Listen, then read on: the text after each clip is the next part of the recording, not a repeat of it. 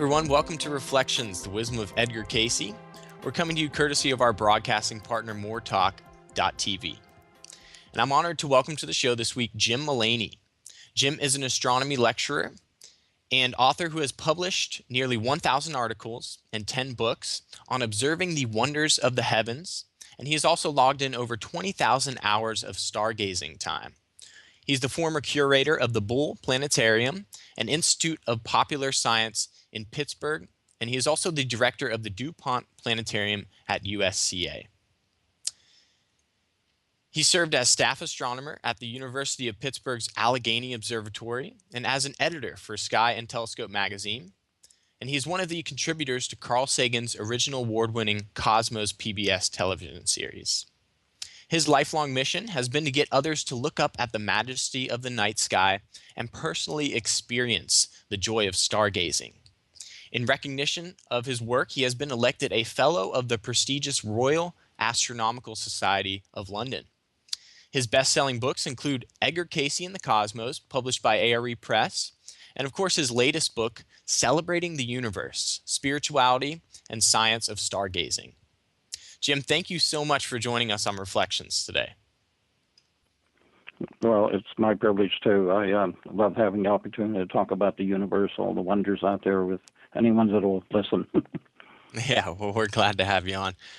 I want to start with the first question of how did you first get involved with the A.R.E.? Well, I had a long interest in it, just reading Cayce material along with a lot of other esoteric things, and I was fascinated, about his background, and I really believed that and still do, that he was probably the greatest psychic that ever lived. Anyway, but I started lecturing there over 25 years ago. The first conference was called We Are Not Alone. It was about extraterrestrial life, and from that point on, I've been coming once or twice a year ever since. That's wonderful. We're glad to have you. And I want to talk a little bit about your latest book. It's entitled Celebrating the Universe, the Spirituality and Science of Stargazing. And I'm curious, how did this book come about? Well, Brent, it's I think an amazing story. For over 25 years, I've been trying to get it published. Every few months, I'd try another publisher, all the mainstream ones and New Age ones, and I either got total silence or not interested, and once in a while I'd get a comment that it's way ahead of its time. But I'm persistent, so I kept sending this out and kept getting rejections. It kind of reminds me of James Michener's story. Anyway, I finally decided my last attempt was to send it to Cayce, who, of course, publishes Wayne Dyer and many other, well-known speakers and writers. And I got an immediate automated reply saying, we no longer accept unsolicited manuscripts, and also you need an agent. And I said, okay, I'll try again in a few more months. Well, 3 days later, I get an email from a woman there. She said, I don't know how this happened, but your proposal ended up on my desk. She says, I studied astronomy at Caltech, and I love astronomy. She took it to the president CEO, A.R.E. Tracy, and they accepted it and decided to publish it. So I think the time finally did come right. It was the right time to have this happen. Right, absolutely. And what was the process of writing this book for you? It seems like you said it was a long, drawn-out process. What was that journey like? Well, it was frustrating at times, again, because I couldn't get a publisher. Actually, writing the book was based on my, pushing 60 years of stargazing time, 20,000 hours at the telescope and binoculars and so on. And I'm a freak as far as collecting quotes, all kinds of quotations, thousands of them in my files about the universe and things related to it. So actually writing the book was maybe a year process, but it had been churning around in my mind for quite a long time. And once I got the okay from Cayce, I really dove into it, and less than a year later, the book was ready to be published. That's wonderful. And were you always a stargazer as a child? Was this something that you were always drawn to? Yeah, I was born as a stargazer.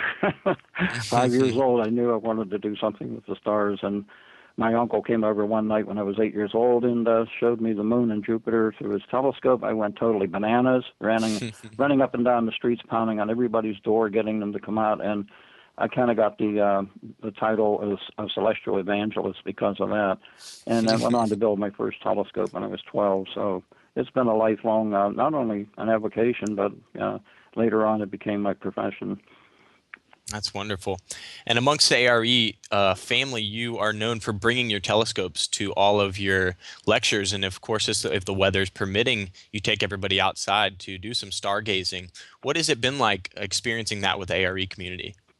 Well, the frustration is the weather, and if you could, Right. when we have had clear nights, it's been absolutely exhilarating. People have broken into tears seeing the beauty of things they're looking at, explanations of delight. Oh my God, look at this! Is this real?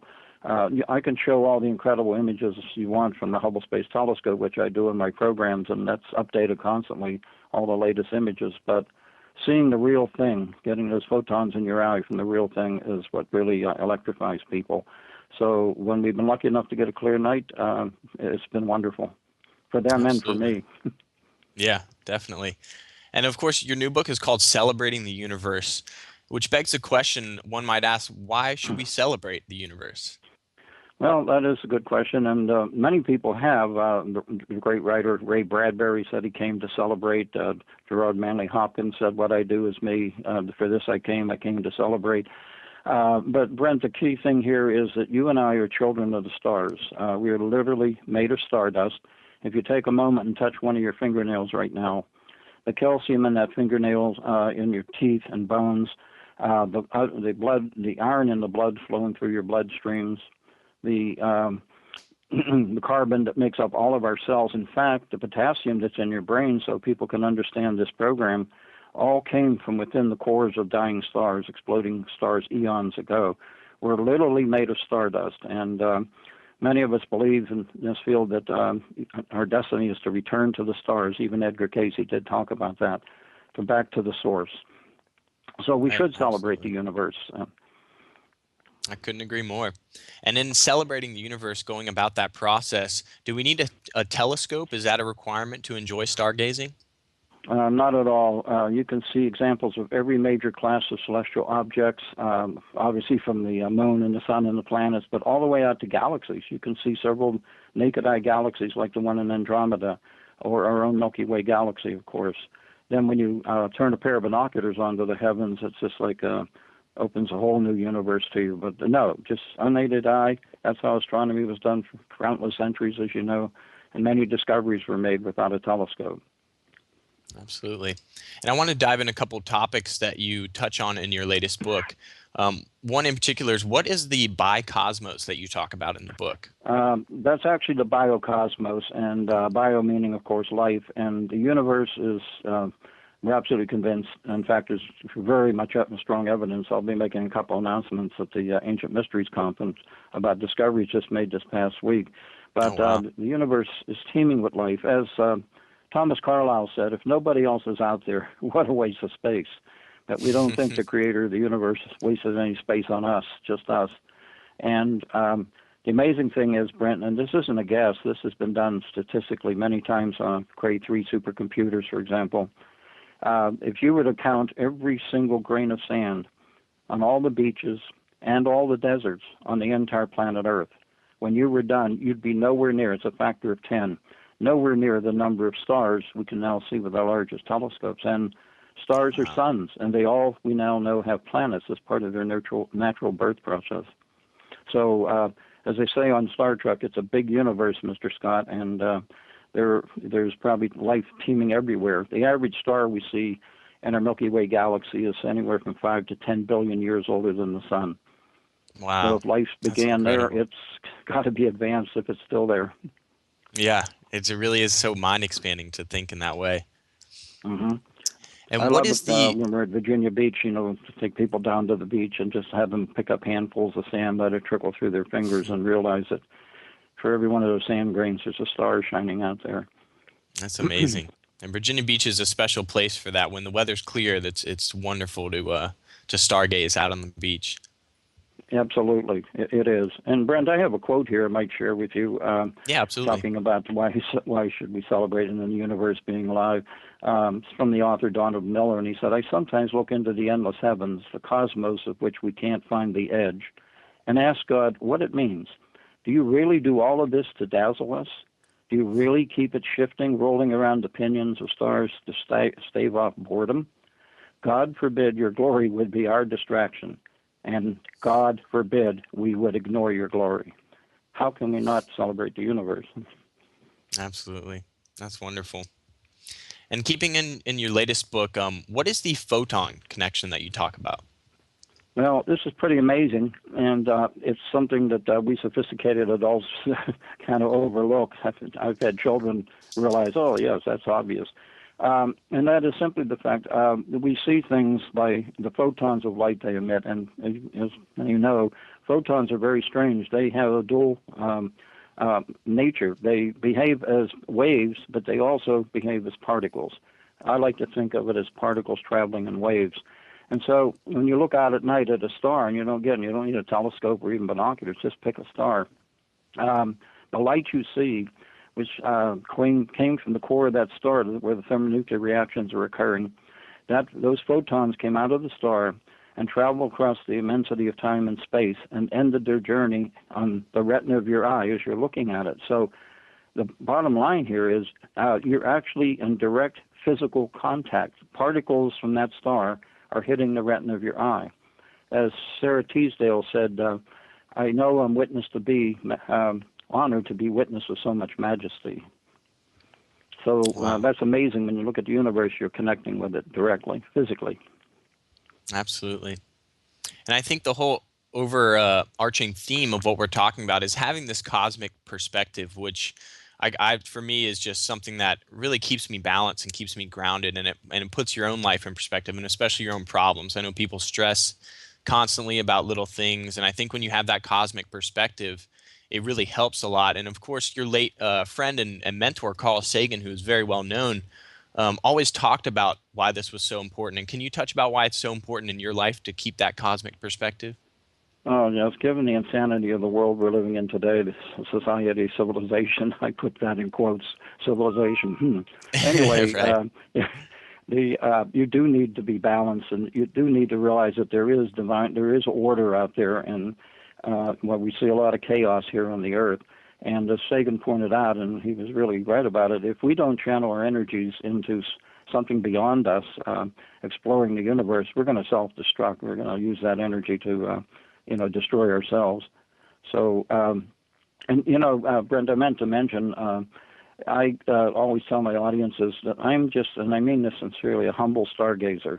You can't possibly have a big head and be an astronomer as you look out in the immensity of the universe. And as you said, it really gives you the perspective of where we are and how small we are. And yet in our smallness, we have the capacity to understand this amazing universe. Right. It's a very powerful tool, and I'm so very Yes. happy that you stress that cosmic perspective, because I think it's one thing that can really help to shift people's lives. Yes, and that's so important. Yeah, absolutely. And we talked a little bit about Carl Sagan and this cosmic perspective, and I understand that you were an advisor for the original Cosmos series by Carl Sagan. Well, not an advisor, but I did contribute some of my writings he used in one of the episodes, and Wonderful. I considered him a friend and definitely a mentor. But that was an honor just to have part of something some things I had written included in the script. That was the original Cosmos, of course, not the remake. Right. Mhm. And what's your opinion on the remake? Have you gotten a chance to indulge? Oh yes, and I know Neil deGrasse Tyson well, and he told me several years ago when they decided to redo the Cosmos that Carl's shoes are big shoes to fill, and he was right. And Neil did a great job. My complaint was that unless you were fortunate to get a channel that didn't have ads, see, the original Cosmos was on PBS, no ads, Right. and I kind of Right. expected that. And we unfortunately had to watch it on Fox, and it was just one violent commercial after another, to Right. the point that it just broke up the script, I thought. Yeah, I could see that That's a, absolutely. that's a personal opinion, but I was unhappy about that, but the content was good. Yeah. Yeah. Well, I love PBS. I think we all could agree on that. And I wanted to talk about your book, Edgar Cayce and the Cosmos. And you mentioned hmm in this book that only two stars really came up in the readings, and these were Polaris and, of course, Arcturus, which you talk quite a bit about. And you also Yes. put special significance on the repeated mentioning of Arcturus. Can you tell us about what you found about this repeated reference to this star? Well, Taurus is certainly one of the brightest stars in the sky. I believe it's the third brightest in the northern hemisphere. A beautiful golden orange star, visible all spring into early summer. And Edgar Cayce himself, in one of his readings, said he had gone there twice. He had actually made 2 journeys there, and he called it the Stargate, which is pretty amazing, I think. Yeah, He saw that as an entrance to other realms. So Arcturus is really very special. absolutely. And you reference Casey as talking about the music of the spheres in his readings, which I think is something that is so incredible. And I've found a connection with a few other people who refer to the music of the spheres, which you point out yourself. What does this reference to the music of the spheres mean to you? And I understand that you have related it to recent findings of black holes as well, which is incredibly fascinating. That's right. Well, in the Bible, for example, in Job, it talks about the morning stars singing together when the earth was created, and that was all taken to be just poetic license. But it turns out that using Cray supercomputers and giant radio telescopes and Moog synthesizers, that it's been discovered that some of the stars are giving off harmonics. They're giving off, which when it's converted to sound, sounds like music. So there is music coming from the stars, and others like Kepler, the great astronomer Kepler, constantly talked about that, the rhythm of the planets, their harmonies, and so on. But yes, it's been discovered that some black holes, amazingly, are giving off a musical note. It's B flat, which is the tone or note that a saxophone is tuned to. So it's one of the folks in my audience at the A.R.E. said, well, God turns out to be a sax player. But it's amazing that there is music coming from the universe. We're just too deaf to hear it. Absolutely. That's incredible. And it has such far reaching implications when I know there's a new field of music therapy where they're using different tones to work on healing parts of the body, which of course could be directly related. Absolutely, yes.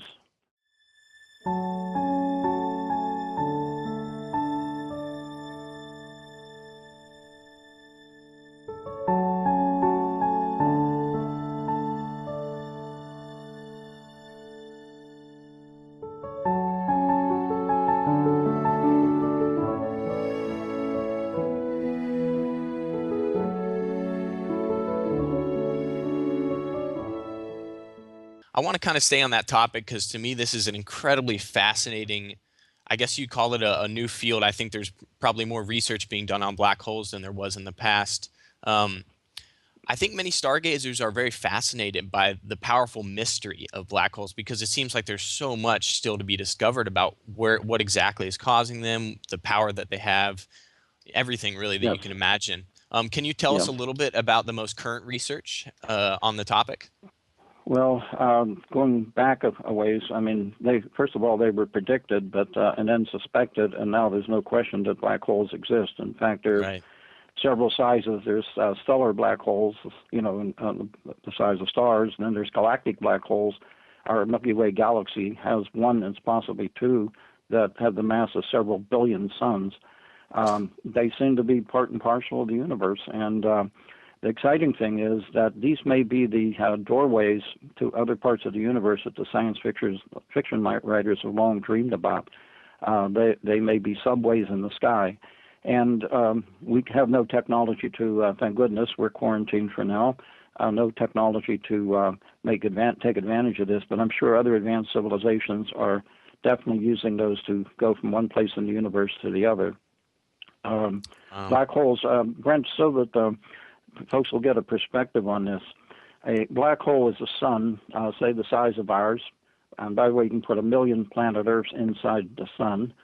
But something a little more massive than the sun, shrunk down to the size of a city block. And if you took a cubic inch of a black hole and brought it here to our gravitational field here on the Earth, well, first of all, it wouldn't stay here.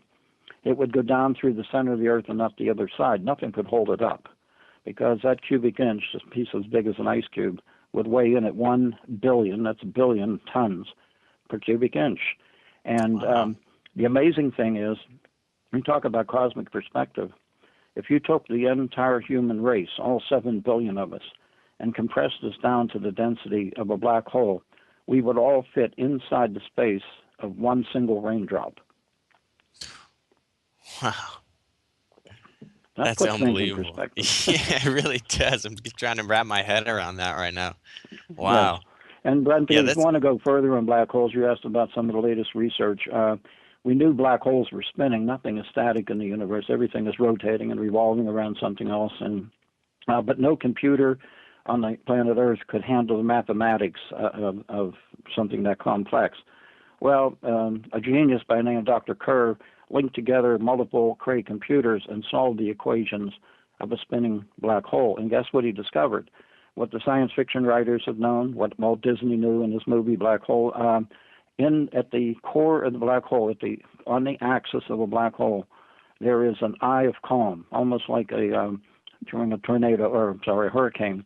right. And if you're directly on axis, it is possible theoretically to go through that corridor to what's called a wormhole into another universe, another space, another time, another place in our Wow. universe. So that's an amazing discovery. It was, it was prophesized or believed that it was possible, but now we have mathematical proof that there is this corridor going through the center of one. Wow, that's incredible because it really has, for those who are really into the extraterrestrial theories, it has such far-reaching implications of there could be somebody who knows, there could be life out there, the intelligent life that knows about this, that are, could be using it to, and of course in the future we could potentially utilize Yes. that as well. Well, Wow. considering that one of our primary activities on this planet is Carl Sagan called it tribal warfare, it's good that we don't have the ability to do this and take our violence out into the universe. So we are Right. quarantined for the time being, but given enough time and if we survive and looking into the future, we may find a way to use black holes. So Right. it's out there waiting to be discovered how to do it. Absolutely.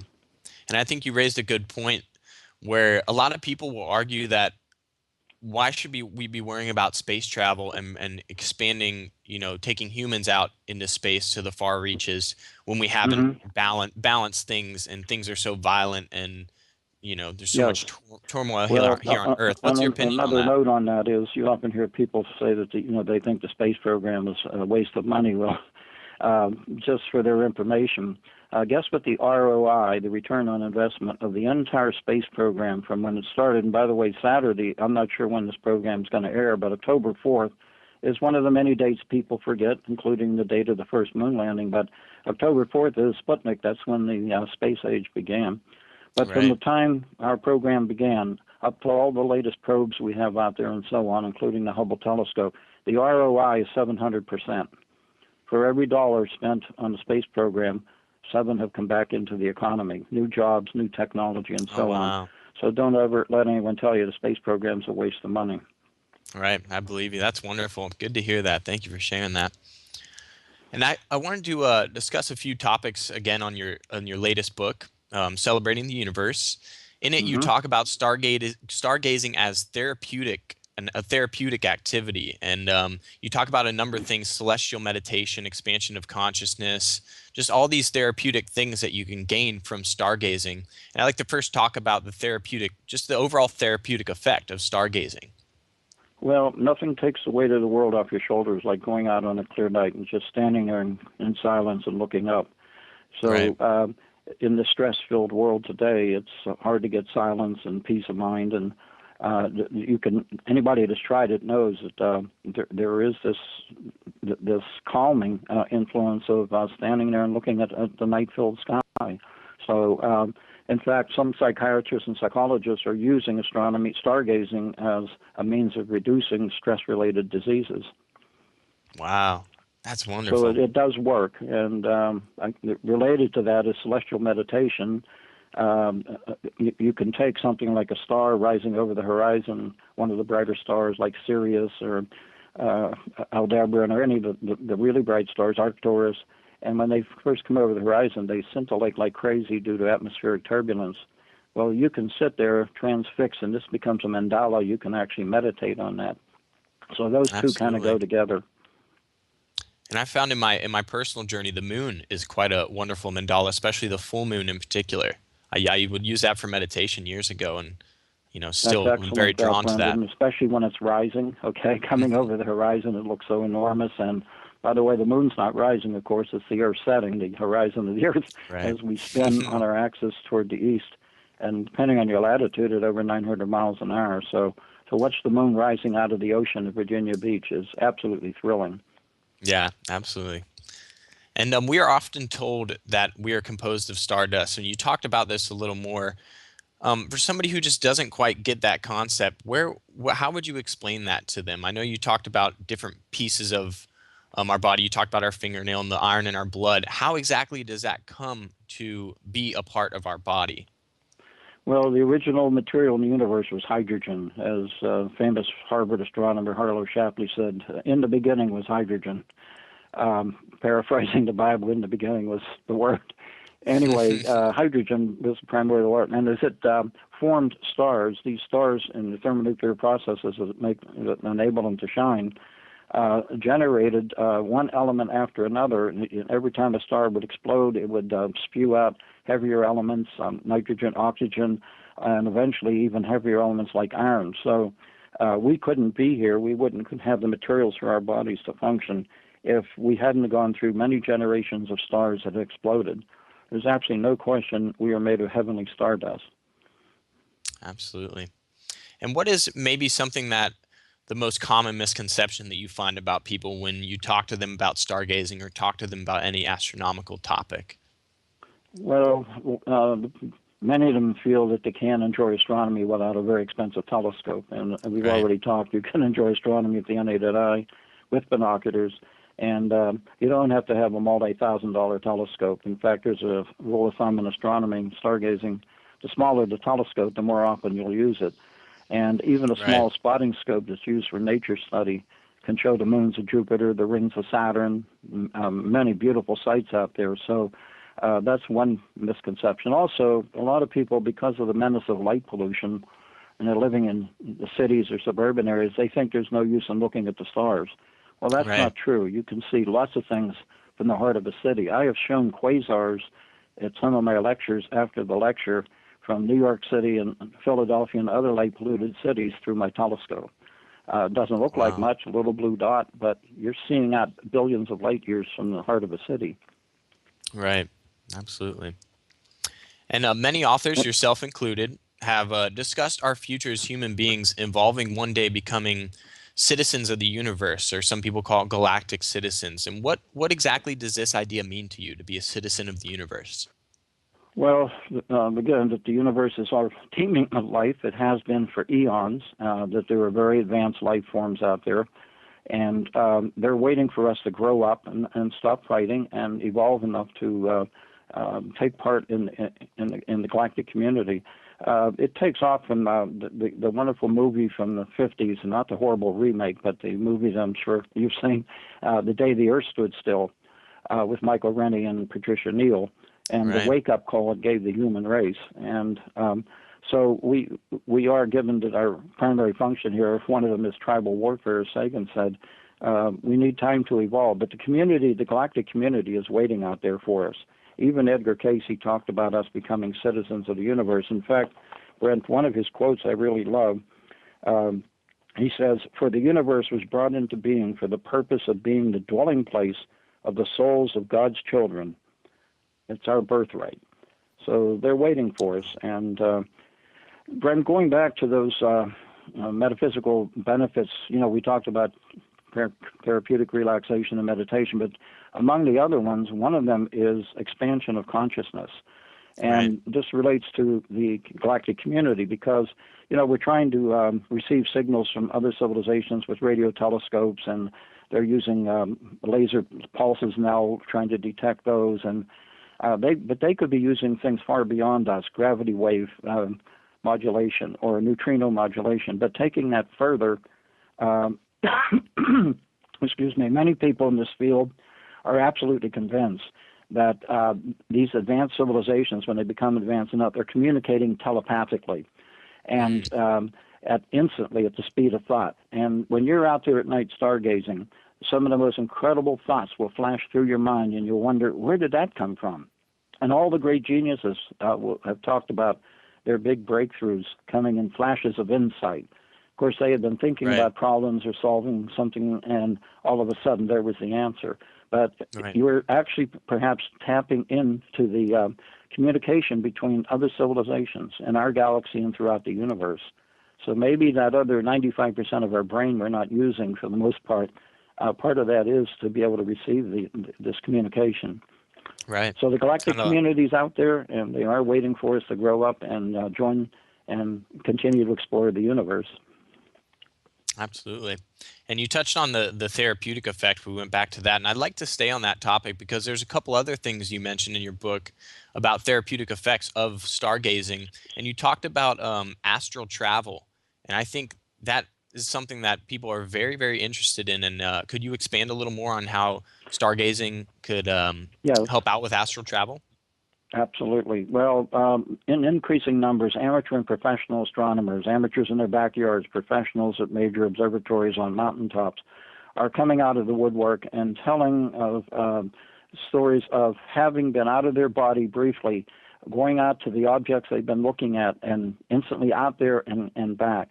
And the evidence for life beyond death, Raymond Moody's work, Eben Alexander, and so on, the literature is just so full of examples that there's more to us than the physical body. And as a stargazer, you may experience suddenly being at the object you're looking at.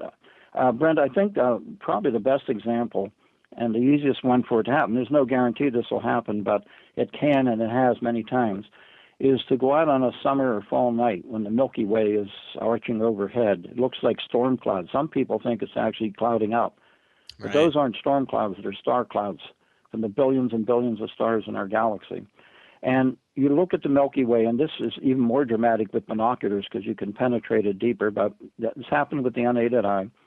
You realize all of a sudden the brighter stars that you're looking at in the Milky Way are closer to you than the fainter stars. In other words, you're seeing depth, and when the eye-brain combination makes this connection, the Milky Way can jump out of the sky as a three-dimensional object. Not only Right. that, you may end up going out there and back. I've experienced this a couple times in my many years of stargazing. Let me assure you, it is real. So astral travel, soul journeys, as Edgar Cayce called them, they really happen. Just talk to someone that's had that experience. Yeah, absolutely. I couldn't agree more. I was out in Telescope Peak in Death Valley, and Oh, that was one of the most profound experiences I've ever had. Spending the night on the peak of Telescope Peak, oh I never boy, knew the cosmos could look just there's more stars than there is dark, spaces in between the absolutely. stars. Yes, It's oof. It does. It brings you to tears. Just thinking about it again is just it does. it's such a And spiritual there's a experience. spiritual component too. As many people pointed out, there's something inherently spiritual about looking at the sky. And my God's a big God. She is God of the universe, not just this one small troubled planet. And Right. all I can tell you is that when you go out and spend a few minutes even alone on a starlit night, you will come back a holier person. Right. It's like worshiping in the temple of the skies, as many people have called it, the temple of the skies. I love that. And it's available to everybody and from all walks of life, which is so That's powerful. right. Yeah. You had mentioned earlier, Brent, my connection with Edgar Cayce. My book, Edgar Cayce and the Cosmos, came about because of one reading, and can I share that with you? Yeah, absolutely. Please. It's actually in the book. It's toward the end. It's called An Astounding Revelation. And for those that want to look it up, they're familiar with the Cayce readings. It's 1900-1. That's the 1900 reading he gave, and it was the first one for that person. And it reads as follows. Before that, we find that the entity, the person he was doing the reading for, was in the land now called Carpathian. During those periods when there was the exercising activities for the study of that which is professionally called today astrology or astronomy. For with the association of the entity then with one Corpio, this was his assistant apparently, here's the important part, an extended study was made through the abilities to use the glass that was found for the interpreting of the lights in the various heavenly bodies. My God, that's a description of a telescope in antiquity. Right. Somebody Right. was using a telescope. The telescope wasn't invented until the early 1600s as the telescope as we know it. Right. But the real kicker is, did you notice the words "which was found"? They didn't build it; they found it. And I'd love to know where that early telescope is. Absolutely. Wow. How incredible. That's why So one of the that things I got me just on love my about the quest Cayce to material. look at all the readings, all 14,000, and find connections with astronomy, cosmology, quantum physics, all of this. They're all in there. Yeah, And you know, absolutely. we talked about black holes earlier. Somebody asked me, well, why didn't Edgar Cayce talk about black holes? It's simple. Nobody asked them. Had somebody Right. asked him 30, 40, 50 years ago about black holes, Yeah, long before they were discovered, he could have told you all about them. But right. nobody thought to Absolutely. ask him. The only I people I think at the time mhm. who were discussing black holes were the physicists over in Europe. The Einstein, Schrodinger, Heisenberg. Those Yeah, were the guys that were talking about black holes. They weren't. If you weren't in the community of those physicists at the time, you didn't even know what a black hole was. exactly. And he Yeah. did. Edgar Cayce, I mean, I'm sure in some sense he knew about them, but if somebody had just thought to ask him how much we would have learned, how much sooner. Oh, wow. There's so many topics like that with the Cayce material. If they just thought to ask. Hmm.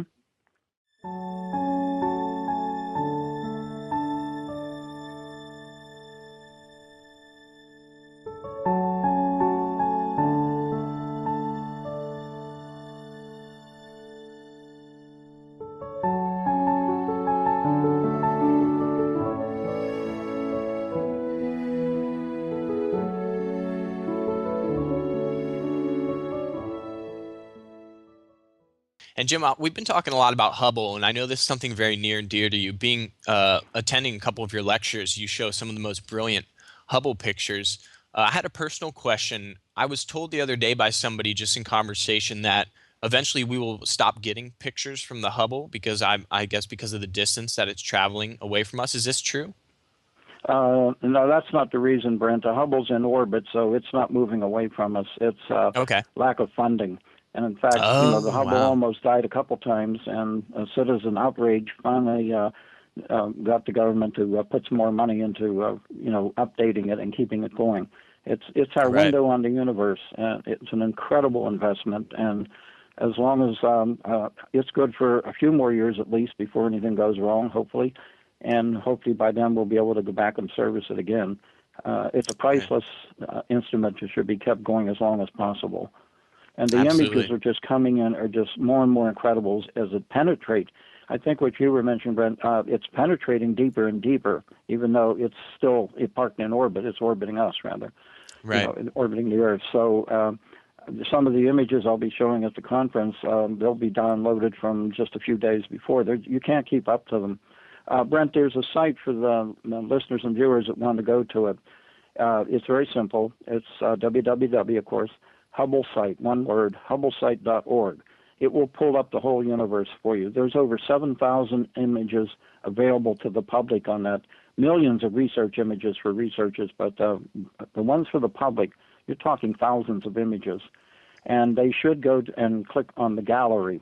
That's where some of the most incredible images are. And you can spend the rest of your life looking at them. Yeah, absolutely. How many pictures are coming through? Is it like one a day, multiple per day, one a week? Or is there no Multiple structure like that multiple per really? days. Yeah, some of the exposures though are so long that weeks may go by before they actually download the image. Those are the Right. really deep penetrating ones, but it can vary, and depending on what's going on. There's images of the planets coming through continuously, and they monitor them.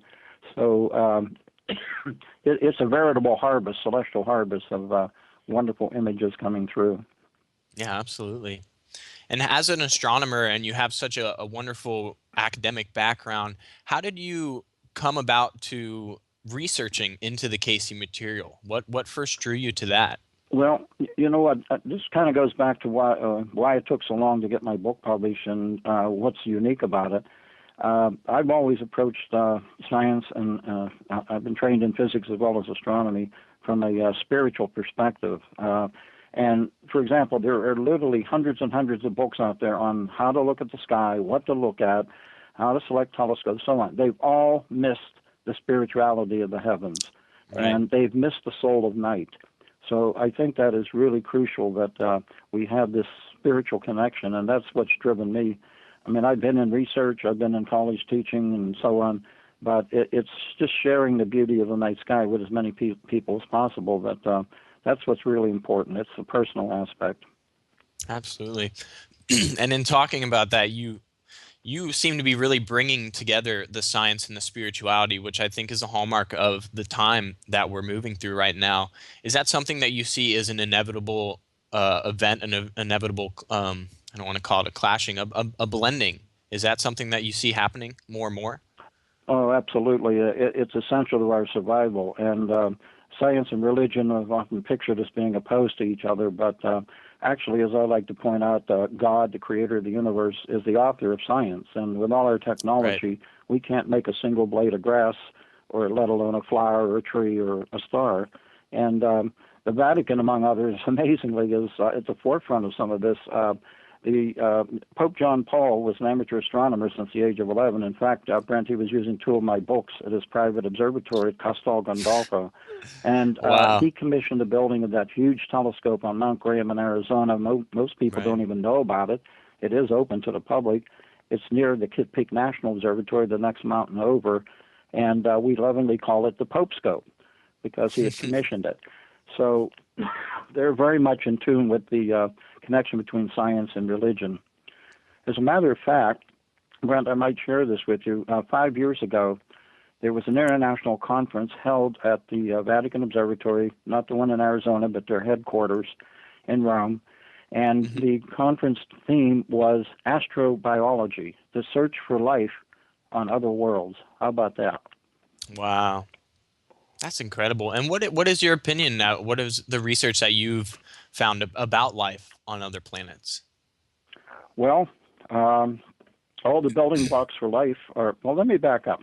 Mhm. Edgar Cayce is often quoted as saying there's no life out there. That's not true. There were two readings where he was asked if there's life, and it was life in our solar system, and his quote was, "No, none like us." And he's right. As far as we know, there's nobody like us in the solar system. But there's Right. billions of solar systems, and throughout his book and his readings, my book and his readings, it's obvious he not only talks about life elsewhere, journeys to various places, but he talks about our cosmic destiny, becoming citizens, one with the citizens of the universe, plural, okay, citizens out there. So there's no question that, again, we're living in a universe teeming with intelligent life. Absolutely.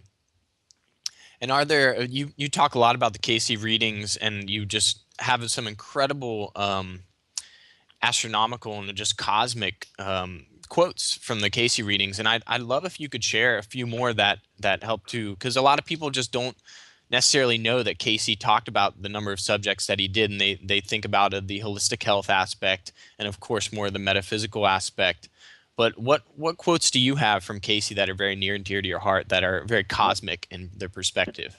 Oh dear, there's so many of them, Brent. I've already read my favorite one about someone owning a telescope, using a telescope that was found in prehistory. That's just Right. mind blowing. But he talks, as you mentioned earlier, about the music of the spheres. There are many, many, many readings about that, about listening to the music of the spheres. One of the ones that is really very telling, between the orbit of Mars and Jupiter is the asteroid zone.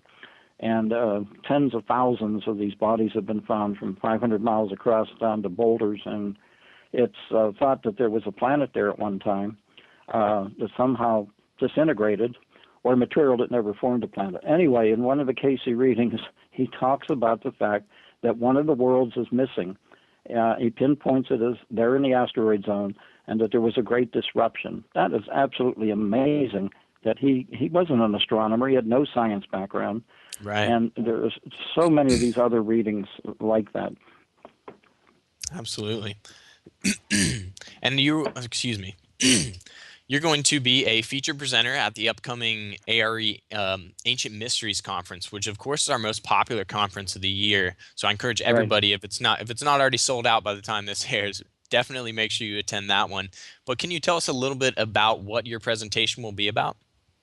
Well, it'll be based on my book, Celebrating the Universe, and we'll be talking about the things we have on this show. Why celebrate the universe, and how do Right. we go about that? And one of the best ways is to become a stargazer, At heart, we're all stargazers if you look up at the sky at night.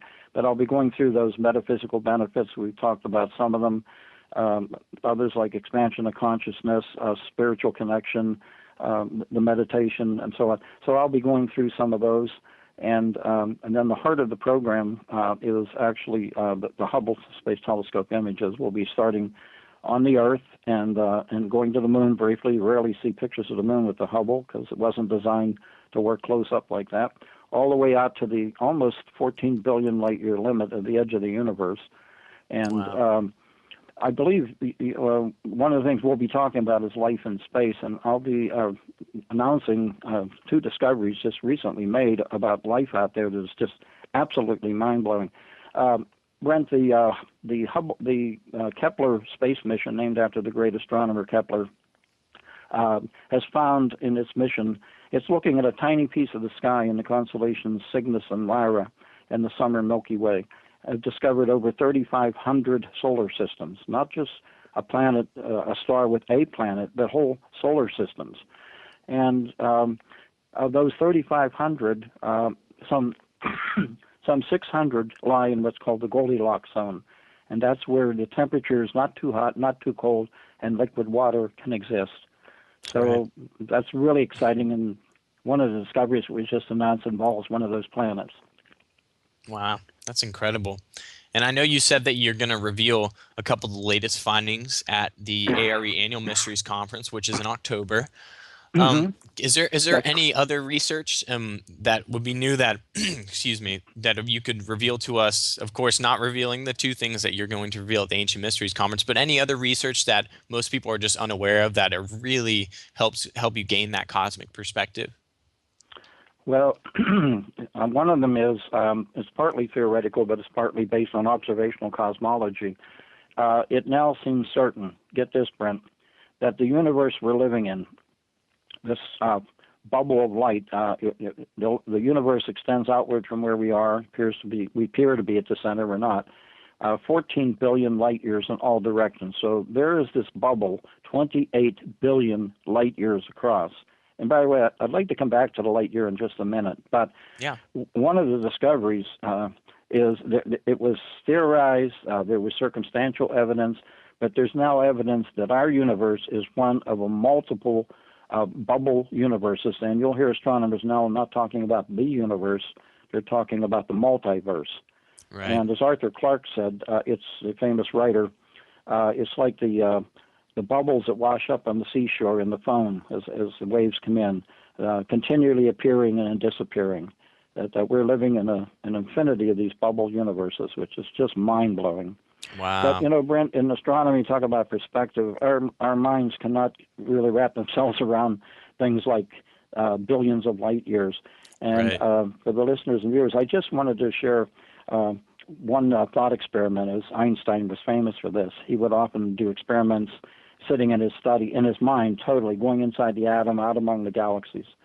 And the light year is the distance a beam of light travels in 1 year. Most everyone knows that. It's traveling at 186,000 miles a second. So to put that in perspective, if you turned on a flashlight and the light could bend, it would circle the Earth more than 7 times in that second. If you pointed at the sun, it takes about 8 minutes. At the outermost planets, like out toward Pluto and so on, about 5 hours, and the nearest star besides the sun, 4 years. So it's a big number. It's the number 6 with 12 zeros after it. That's 6 trillion. Well, we can't comprehend that because you can walk a few miles, you can drive a few hundred, you can fly a few thousand, but when you get to millions, billions, and trillions, forget it. Well, here's the thought experiment. If you were to sit down in your favorite easy chair, okay, and start counting the number of miles in a light year at the rate of 1 a second, 1, 2, 3, and so on, guess how long it would take you to count up to that number 6 trillion? It would take you 150,000 years. Years. Wow. Just to count the number of miles in a light year. There's no star within a light year except our sun. And we're now 14 billion light years out. So, again, borrowing from Star Trek, it's a big universe, Mr. Scott. Yeah. That cosmic perspective is such a powerful tool. It is. Mm-hmm. Yeah. And I wanted to end on a personal question. I've been reading a book that's been just really mind expanding for me. It was something that I was aware of these concepts and of course these wonderful figures. It's a book called Quantum Questions, and it's the mystic writings of what we think as the great quantum physicists: Einstein, Hmm. um, Heisenberg, Schrodinger, Max Planck. Right. And I think it's so incredible that all these men who were doing these incredible theoretical experiments, and of course the mind experiments, where they were just always thinking cosmically, it actually brought them to bring Eastern religion and Eastern philosophy become very near and dear to the heart, because they found the connection between these Yes. multiverses and what, the inner workings of a black hole and exploring time space. All of these wonderful experiments that they were doing in a lab, they were able to link it to using their cosmic perspective to Eastern mysticism. And I think that's one Yes. of the most incredible things that you can gather from the life of these men, is that they were true mystics. And of course, I think you're right in line with that, which is it's incredible to have people like yourself who are helping to share and expand the mind of people, which is just unbelievable. Thank you, Brent. Absolutely, the Eastern-Western connection is vital, and they did all become mystics, and the answers are there. Brent, maybe as an illustration, this is kind of interesting. The astronomers at the Kitt Peak National Observatory in Arizona, that observatory sits on the Hopi Indian Reservation, okay? And Hmm. the Indians call, and Native Americans call the astronomers the long eyes or the big eyes because of their telescopes.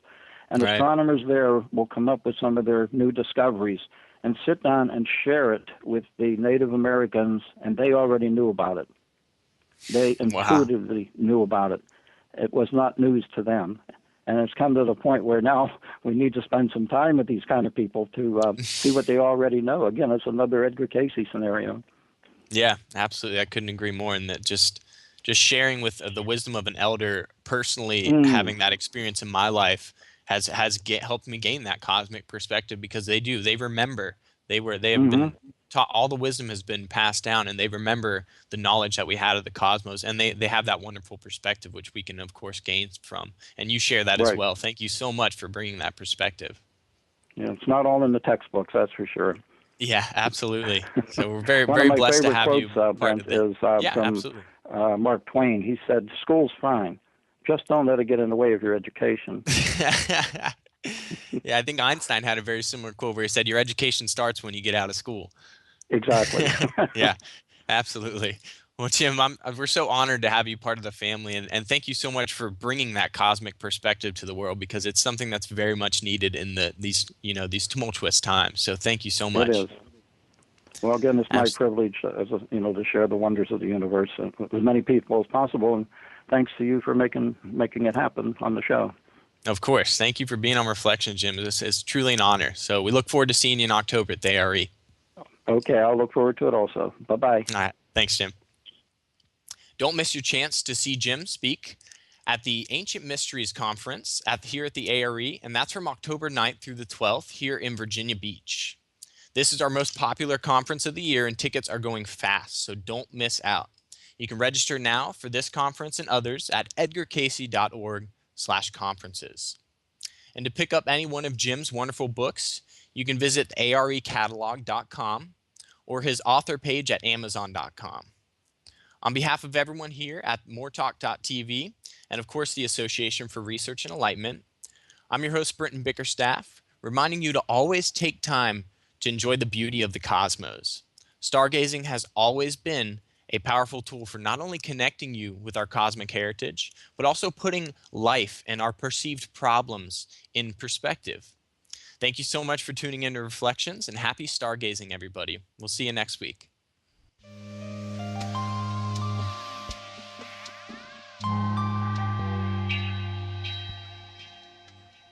And now it's time for the thought for the day here on Reflections. And joining us as always is Dr. Bill Austin. Bill, thank you so much for joining us on Reflections for the thought for the day. Oh, great to be back, Brent. Thank you so much for having me. Absolutely, my pleasure. And if you can go ahead and read the thought for the day today for the listeners. I'd be happy to. This thought is from reading 922-1. For it is as he is given, not the knowledge alone, but the practical application, in your daily experience with your fellow man that counts. Well, so much for running away and spending the rest of my life in a cave. Um, the Cayce readings always, talk about meditation as a way of communicating with the divine within.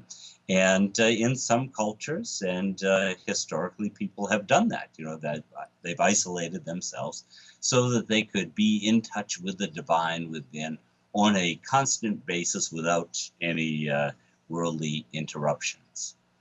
And one thing about the Cayce readings is it talks about you grow through those daily interruptions. You grow through that communication, that contact with your fellow man, and how you express yourself. And it's through meditation or communicating with the divine within that you can become better at communicating with your fellow man, being of service to your fellow man, to help them along the way, to help them find the light that they're seeking for. So that, I really like the Cayce readings. It didn't say be a hermit. I guess you can if you want to. But he said, what did he say? No one gets to heaven except on the arm of another person. And so he was very much in tune with, yes, be connected to the divine within so that you have that inner peace and you can bring that out into the world. And boy, does this world need it. You look around and see the whole world needs it. Individuals need it. We need it ourselves, and it's always wonderful when we can get together with someone who is attuned to the things that we're attuned to help bring us back, to help restore our focus as well. Absolutely. Yeah, I love that. For me personally, this strikes a personal note and something that I was dealing with a friend lately. We had lost contact for about the past year, and we came back together recently. Actually, last week he visited me in Virginia Beach, and we found out that we had parallel experiences over the past year, almost to a T. It was one of those synchronistic events where you realize, wow, when you are close to somebody, you guys can potentially go through, everyone has their own unique path, but there are shared themes that you'll go through. And it was very eye-opening to see that he was going through very similar themes manifesting physically in relationships and things like that. Um, in saying that, related to the reading, I think he says in your daily experience with your fellow man, that's where you can take the practical application. I use it in this way, is that you find that connection with your fellow human being, and you can find, when you find that connection, it really helps to. It's like when two people come together to pray or meditate, it really amplifies exponentially the energy that they're emitting, that they're sending off into the world. When two people come together and make that connection, you can see that how similar we really are, and you guys can help to give each other feedback and bounce back ideas, and you can get insights that you can really only get from that experience, that interaction with your fellow human beings. And to me, that's such a beautiful thing, because there's so much shared experiences that are going on in our journeys, as unique as they all are. And if you're not connecting with people and using your relationships to build up strength and spiritual growth, you're going to miss this completely. Like you said, you can't. The hermit path is one path, but the Cayce material stressed our daily interaction with everybody as the most powerful spiritual path. Yes, Absolutely. I agree. I like that. Thank you.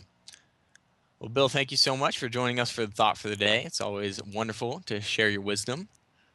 Well, thank you again, Brent, for having me. Always a pleasure to be here. Absolutely. Well, I'll see you next week, Bill. I look forward to it. Have a great day. You too. Thank you.